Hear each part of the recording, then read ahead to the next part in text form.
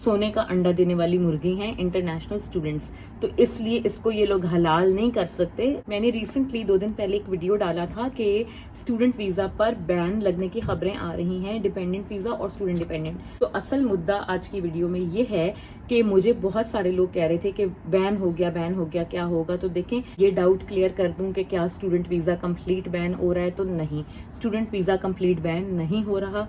Student visa complete ban हो ही नहीं सकता, ठीक है। उसकी वजह यह है कि अगर स्टूडेंट वीजा कंप्लीट बैन हो जाएगा तो इनकी इकोनॉमी उसको बर्दाश्त नहीं कर सकती है, बिकॉज इंटरनेशनल स्टूडेंट्स बहुत ज्यादा इनके लिए फायदेमंद हैं। आप ये समझ लें कि इनके लिए फायदेमंद हैं। आप ये समझ लें कि ये जो है ना, सोने का अंडा देने वाली मुर्गी हैं इंटरनेशनल स्टूडेंट्स, तो इसलिए इसको ये लोग हलाल नहीं कर सकते। तो बंद तो नहीं होगा, कंप्लीट बंद नहीं होगा, ये आप लोग फिक्र मत करें। दूसरी चीज, जो जनवरी इनटेक वाले हैं वो बहुत क्वेश्चन करें कि हमारा क्या होगा। तो देखें, जनवरी इनटेक वाले जितने भी हैं, जिस भी स्टेज पर हैं जनवरी इनटेक के एडमिशन वाले, वो सारे इस तमाम बातों से एक्सक्लूडेड हैं। आपका इन सब से कोई ताल्लुक नहीं है, ठीक है। आपके ऊपर किसी चीज का कोई इम्पैक्ट नहीं पड़ा, ना पीएसडब्ल्यू के बंद होने का, अगर हुआ तो अभी उसकी भी कोई न्यूज नहीं है, ना पीएसडब्ल्यू के बंद होने की खबर का, ना वीजा के बैन होने की खबर का, ना डिपेंडेंट वीजास के बंद होने की खबर का, किसी चीज का आपके ऊपर कोई इम्पैक्ट नहीं पड़ा। आप लोग जहां भी हैं, कैश आ गया है, प्री कैश आ गया है, जो कुछ भी है आप लोग ले लें और आने की करें, आपके ऊपर उसका कोई इम्पैक्ट नहीं आएगा। अब इसका असल जो इम्पैक्ट आ सकता है वो आ सकता है मई 2023 इनटेक वाले और सितंबर 2023 इनटेक वालों के ऊपर, या उसके बाद आने वालों के ऊपर। मई इनटेक से ये शुरू हो सकता है, क्योंकि अभी ये सिर्फ बातचीत हो रही है, ठीक है, अभी सिर्फ डिस्कशंस हैं। जिस दिन लेजिस्लेशन बन गया, जिस दिन पार्लियामेंट में आ गया और इसके ऊपर कोई डॉक्यूमेंट बन गया, उस दिन इसकी असल इम्प्लीमेंटेशन पता लगेगी कि कब से हो रही है। लेकिन इतनी जल्दी तो वो होगा नहीं, तो मई तक हम टाइम देते हैं, मे बी मई इनटेक तक पिक्चर मजीद वाजे हो जाए। अब मैं आपको, ये तो फैक्ट्स हो गए, सारी बातें हो गई। अब मैं आपको बताती हूँ कि बैन से मुराद क्या है। बैन से मुराद ये है कि मे बी ये कुछ रिस्ट्रिक्शंस लगाएं, सैंक्शंस लगाएं, और वो क्या क्या हो सकती हैं। तो ये सारी बातें जो अब मैं आपको बताने लगी हूँ, ये मेरे अपने जाती तजर्बे, ऑब्जर्वेशन और रिसर्च की बुनियाद पर है, ठीक है। ये मेरी अपनी ओन अंडरस्टैंडिंग है, और मैं आपको कहीं भी ये नहीं कह रही हूँ कि ये 100% ऑथेंटिक न्यूज है, ठीक है। तो ये मेरी अपनी ऑब्जर्वेशन है, बिकॉज मैं उस टाइम में आई थी जब यूके में वीजा लेना बहुत मुश्किल होता था। ये जो वीजे में आसानियां शुरू हुई हैं, ये तो 2020 के बाद शुरू हुई हैं, ठीक है। 2020 ऑनवर्ड बहुत ही लीनियंट कर दिया था इन्होंने अपना प्रोसीजर। उससे पहले तो यूके का स्टडी वीजा हर किसी को नहीं मिलता था और बहुत मुश्किल होता था लेना। तो मैंने वो टाइम भी देखा है, फिर मैंने ये टाइम भी देखा है जब लीनियंट था। तो इसलिए मैं अपने एक्सपीरियंस के कंपैरिजन से, दोनों दफा के, और कुछ जो इनके रूल्स रेगुलेशंस उस टाइम पर थे और जो अब हैं, उनके कंपैरिजन से मैं आपको बता रही हूँ कि ये क्या क्या कुछ फ्यूचर में कर सकते हैं। तो चलिए शुरू करते हैं।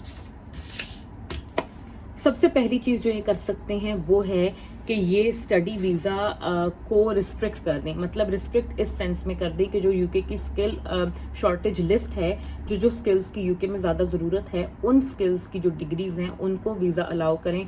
और स्टेम के जो कोर्सेज हैं, जैसे कि साइंस, टेक्नोलॉजी, मेडिकल और इंजीनियरिंग, इसके जो कोर्सेज हैं उनको ये लोग स्टडी वीजास प्रायोरिटी पर दें।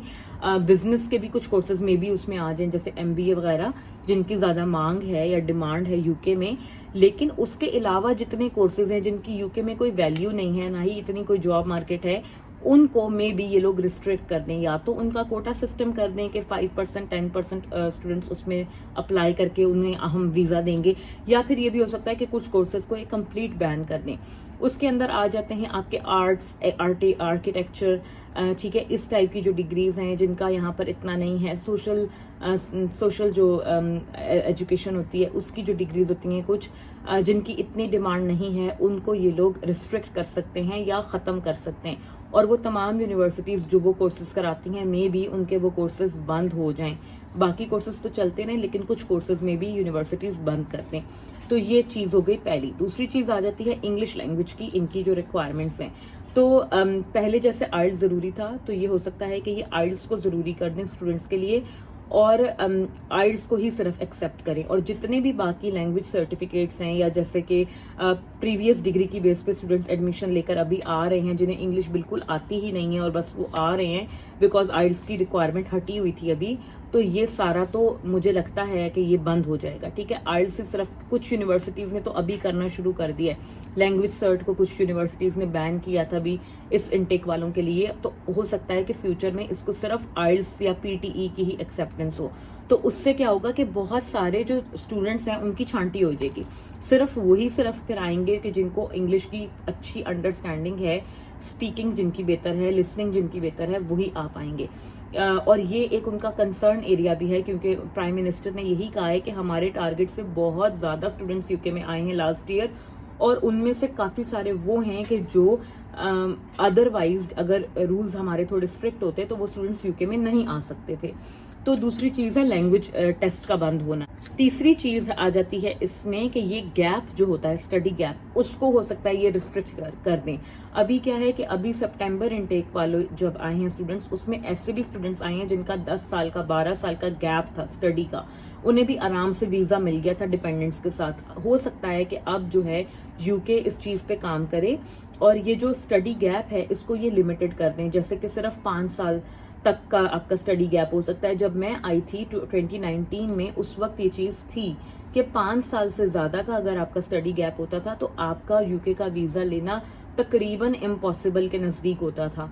मेरा 5 साल का स्टडी गैप था, तो मुझे मेरे कंसल्टेंट ने यही उस वक्त बोला था कि आपके पास यही साल है अगर आपने अप्लाई करना है तो, इसके बाद आपको वीजा नहीं मिलेगा यूके का, बिकॉज 5 साल से ज्यादा का स्टडी गैप हो तो वीजा नहीं देते, वो बहुत मुश्किल होता है वीजा लेना। तो हो सकता है कि वो इसके ऊपर भी कोई लेजिस्लेशन दोबारा से बना दें और जो स्टडी गैप है आपकी 1 डिग्री से, जो आपने प्रीवियस डिग्री की थी और अब जो आप करने के लिए आना चाहते हैं, उसको ये लिमिटेड कर दें या रिड्यूस्ड कर दें। इसके बाद चीज आ जाती है कि कौन सी यूनिवर्सिटीज जो हैं वो बैन हो सकती हैं। तो देखें ये बहुत सवाल आ रहा है कौन कौन सी यूनिवर्सिटीज बैन हो जाएंगी। मैंने आपको कोर्सेज बता दिए कि किस किस्म के कोर्सेज बैन हो सकते हैं। अब आप देख लो कि वो तमाम यूनिवर्सिटीज जो इस तरह के कोर्सेज देती हैं या वो तमाम यूनिवर्सिटीज जो कि इंग्लिश लैंग्वेज किसी भी टेस्ट की रिक्वायरमेंट के बगैर एडमिशन दे देती हैं, उनके चांसेस हायर हैं कि वो बैन हो सकती हैं या उनके पास स्टूडेंट्स की जो तादाद है वो बहुत कम हो जाएगी। ठीक है, तीसरी चीज होती है यूनिवर्सिटी की रैंकिंग, बहुत इंपॉर्टेंट है। इंटरनेशनल रैंकिंग बॉडीज है यहाँ पर बहुत सारी हैं, उसमें से एक QS रैंकिंग सिस्टम भी है, वो भी होता है। तो आप उनकी वेबसाइट पर जाकर आप लिस्ट देख सकते हो यूनिवर्सिटीज की, जिनकी तो रैंकिंग अच्छी है उन्हें तो कोई मसला नहीं है, लेकिन जिनकी रैंकिंग काफी लो है QS रैंकिंग में, रैंकिंग की लिस्ट में, उन यूनिवर्सिटीज को खतरा ज्यादा है बैन होने का या बंद होने का। ठीक है, क्योंकि इससे उनकी क्वालिटी ऑफ एजुकेशन पे फर्क पड़ रहा है और यूके का एक नाम है हायर एजुकेशन में पूरी दुनिया के अंदर, तो वो नहीं चाहते हैं कि वो कॉम्प्रोमाइज हो जाए और यूके को भी लोग इसी तरह समझें कि बस यूके की डिग्री का तो कोई मतलब वैल्यू ही ना रहे। ठीक है, तो यूके की डिग्री की वैल्यू ही इसीलिए है बिकॉज यूके की डिग्री लेना आसान काम नहीं है, मुश्किल होती है, पढ़ाई भी मुश्किल होते हैं, लॉज एंड स्टैंडर्ड्स भी। तो वो वापस उसी मेरा ख्याल है कि पैटर्न पर जाएंगे जहां पर वो अचीव कर सकें उसको कि हमारी डिग्री दुनिया की बेस्ट डिग्री है फॉर हायर एजुकेशन। जितनी भी लो ग्रेड यूनिज हैं, जैसे मैं पहले भी बताती रहती हूँ आप लोगों को, तो जितनी भी लो ग्रेड यूनिज हैं जिनकी क्वालिटी अच्छी नहीं है पढ़ाई की, जिनके स्टैंडर्ड्स इतने अच्छे नहीं हैं, जो इंग्लिश लैंग्वेज नहीं देख रही, जो हर किसी को कैश दे देती हैं, ये तमाम ऐसी जो यूनिवर्सिटीज़ हैं, छोटी छोटी यूनिवर्सिटीज़ जो भी पिछले 2-3 साल में बहुत पॉपुलर हो गई हैं, बहुत ज़्यादा स्टूडेंट्स जिनके पास जाते हैं, उन यूनिवर्सिटीज़ के बैन होने का खतरा भी ज़्यादा है based on their performance and based on their quality of education and quality of the standards they provide. अब बात कर लेते हैं कि डिपेंडेंट्स के साथ क्या हो सकता है। तो देखिए डिपेंडेंट्स के साथ ये हो सकता है कि मे बी यूके की गवर्नमेंट पहली रिस्ट्रिक्शन तो ये लगा दे कि डिपेंडेंट साथ ट्रेवल नहीं कर सकते, पहले स्टूडेंट आएगा फिर डिपेंडेंट आएगा, मे बी, लेकिन ये मुझे नहीं लगता कि ये होगा। अगर तो वो डिपेंडेंट्स को अलाउ करेंगे तो फिर वीजा साथ लगे या बाद में लगे, दैट डजंट मैटर। तो ये इतना ज़्यादा मुझे इसके बारे में मतलब हो भी सकता है, लेकिन ज़्यादा चांसेस मुझे यही लगते हैं कि ऐसा वो नहीं करेंगे। दूसरी चीज़ है कि डिपेंडेंट्स के जो वर्किंग का जो पैटर्न है उसको हो सकता है कि ये रिस्ट्रिक्ट कर दे। जैसे कि अभी तो डिपेंडेंट्स आते हैं 40 आवर्स उन्हें काम अलाउ होता है और वो किसी भी फील्ड में काम कर सकते हैं, 1 या 2 रिस्ट्रिक्शंस होती हैं। तो मे बी वो जो 1 या 2 रिस्ट्रिक्शंस हैं उनको ये बढ़ा के उसमें और तरह की जॉब्स ऐड कर दें कि ये जॉब्स आप नहीं कर सकते, तो ये भी हो सकता है। और उसके अलावा जो मुझे लगता है वो ये कि डिपेंडेंट्स के लिए भी आइल्स मैंडेटरी हो सकता है, ठीक है। तो अभी तो यूके में डिपेंडेंट्स के ना आप डॉक्यूमेंट्स लगाते हो, ना आप उनके एजुकेशनल डॉक्यूमेंट्स लगाते हो, और ना आप उनके कोई लैंग्वेज टेस्ट का आप स्कोर लगाते हो, लेकिन आने वाले दिनों में पॉसिबिलिटी है कि डिपेंडेंट्स के लिए भी ये आइल्स या जो भी लैंग्वेज सर्टिफिकेशन स्टूडेंट कर रहा है डिपेंडेंट के लिए भी वो लाजमी हो जाए। तो ये तमाम चीजें हैं based on my own experience and knowledge, जो कि मुझे लगता है कि ऐसा हो सकता है आने वाले दिनों में, बट असल तो तभी पता लगेगा जब कोई लेजिस्लेशन इसके बारे में बन जाएगा। तो stay tuned, take very good care of yourself, और अपना बहुत ख्याल रखें, दुआ में याद रखें, वीडियो को, चैनल को सब्सक्राइब करते रहें, लाइक करते रहें, and I will see you guys in another video very soon. Bye bye.